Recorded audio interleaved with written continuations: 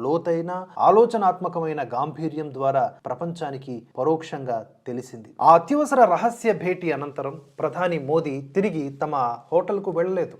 ఇది ఆయన పర్యటన ప్రణాళికలో ఊహించని మార్పు. ఆయన తిరిగి హోటల్కు వెళ్ళకపోవడం అనేది అందిన హెచ్చరికను తీవ్రముగా పరిగణించి భద్రతా కారణాల దృష్ట్యా తాత్కాలిక నివాసాన్ని మార్చుకున్నట్లుగా ఇక్కడ మనం అర్థం చేసుకోవాలి. ఆ మరుసటి రోజే ఒక గోష్ఠిలో ప్రధాని మోదీ పలికినటువంటి మాటలు ఒక్కసారి చూడండి. देवी और सजन, कल रात ही मैं जापान और चीन की यात्रा करके वापस लौटा हूं। आप गया था इसकी ताली बजा रहे हो कि आया हूं इसकी ताली बजा रहे हो? ఏమన్నారు ఆయన?